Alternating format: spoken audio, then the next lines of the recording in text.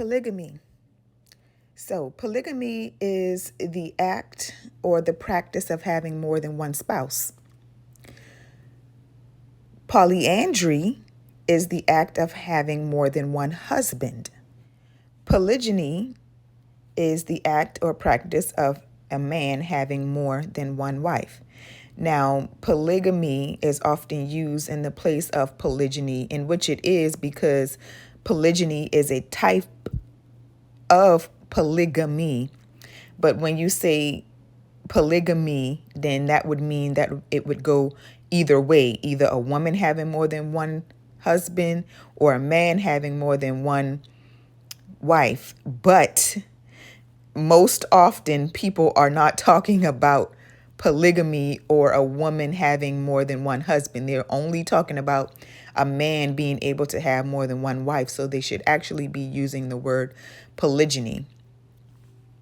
Now, if you want to talk about polygamy or polygyny being biblical or allowed, absolutely. It was absolutely allowed and accepted, and there are even rules given in the Bible. So it is biblical that it is okay. It's okay. But it wasn't the Creator's original intent. If you're reading the Bible that we have and you're going to go on what the original intent was, if you're reading the creation story, it was between one woman and one man. In that version of the Bible, there may be other versions, but in that version, there's one woman and one man. And when you go back to the New or go to the New Testament, it goes back to one woman and one man. But for example, of something being allowed, but it's not the original intent, would be divorce. Divorce was allowed biblically. Yes, Moses allowed it. However, it was not the original intent. The Creator or Yahuwah, Yahweh, whomever you call your God, says that, or in the book, in the Bible anyway, he says that he hates divorce. He knows what divorce does. He knows the destruction and the chaos and the hurt and the pain that divorce causes, because divorce is like a death. It's a tearing apart. Okay, you're dividing. So polygamy or polygyny, yes, they were allowed, but it wasn't the original intent. And I do believe that is because he knows the damage that it does. He knew the damage that it would do and the confusion that it would cause. Just like divorce, he allowed it, but it wasn't his original intent because he knew what it would cause. And I'm going to say he knew the damage and the issues that polygamy or polygyny would cause, because almost all the plural marriages or multiple marriages of men with multiple wives in the Bible, they were dysfunctional. I'm just going to be honest with you. Abraham and Sarah was dysfunctional because Sarah gave him another wife, her handmaiden, to take, right? Hagar. And she ended up hating Hagar, and Hagar ended up hating her because Hagar got pregnant and she started to dislike Sarah for whatever reason, who knows. And Sarah eventually made Abraham put her out. So if that's not dysfunctional, you tell me. Her putting out a woman with a young child because there's jealousy or envy or whatever the case may be in that situation. So that's one example. You had David and all his wives, Bathsheba, and you had David and his son, Esade, his own sister. You had one of the sons try to overtake and overthrow David. And David had a lot of issues going on. And he stole someone else's wife. So he was practicing polygyny, and in the process, he stole somebody else's wife. And he was already married also to another woman or other women when he did that. And then you had Solomon, who has 700 wives. It didn't end very well with him because he started serving other gods, and his God did not like that. So all the women and all the different ideas and things like that, they ended up causing an issue. And then you had Jacob and Rachel and Leah. Now, Jacob loved Rachel. Okay, and then he had two handmaids that Leah and Rachel gave to him to have and bear more children for him. All right, and they didn't get along. Leah was jealous of Rachel. Rachel wanted Jacob all to himself and said that Leah stole her husband. And Leah said she stole her husband. And it was just a mess. And then in the meantime, you have these two handmaidens just pumping out children, and they're being claimed by Leah and Rachel, or claimed as the children of Leah and Rachel. All right. So they were in competition with each other. All right. And so, like I said, he loved Rachel more, because you're always going to love one thing more than the other. It doesn't matter what anybody says. Oh, it's equal. I love them both the same. It's not true.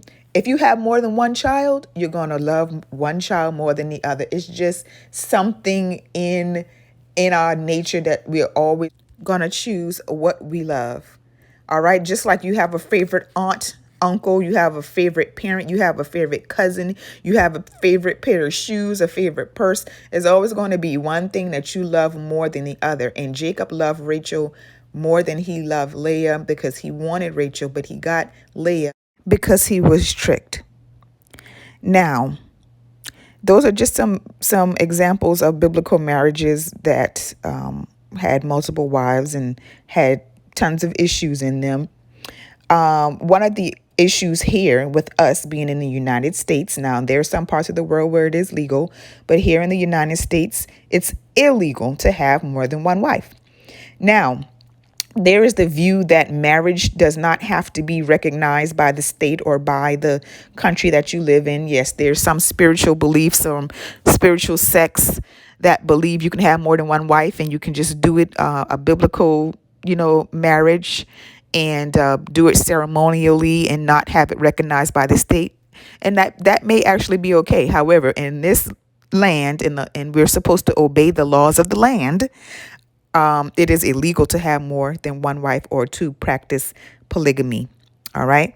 So unless, otherwise, when it comes to protecting your family and your spouses and your children and all of that, unless you're planning to have wills or, leave certain things in people's names, life insurance, and have beneficiaries and things like that, that's another thing that's a concern. Because if you're only allowed to have one spouse, one wife that is recognized where we live here in the United States, then that one wife has all the legal rights. All the other wives that you may claim to have will have no legal rights and no say over your estate and over your well-being if something were to happen to you. It would only still be that one person.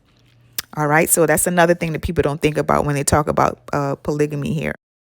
Now, another thing when it comes to this polygamy and the fact that it's being pushed quite heavily in certain sects of religion here that I've seen lately, and quite often in the Hebrew or Israelite community, or in some of the New Age thinking.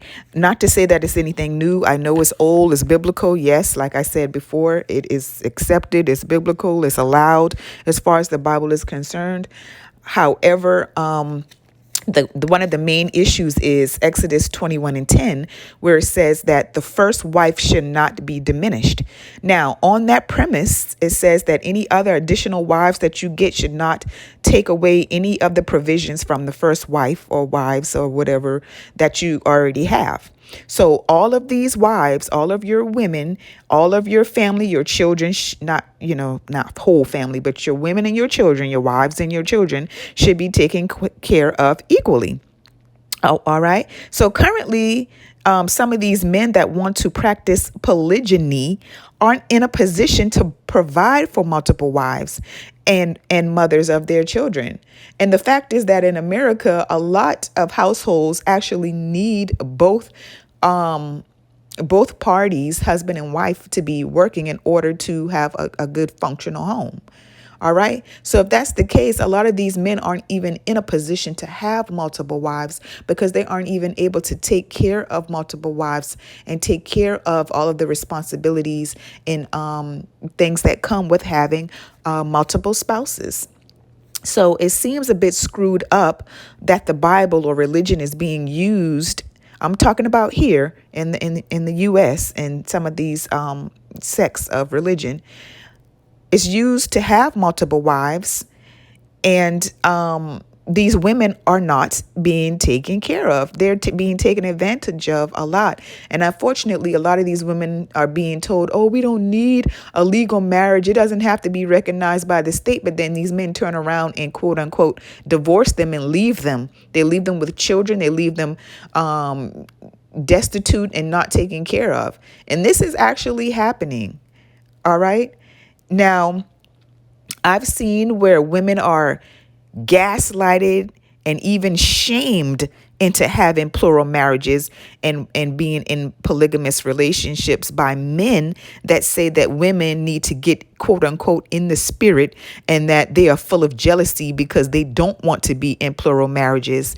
And then they also use the guilting technique that, oh, you westernized women, you don't know anything about building a family and building the nation and building the community and things like that.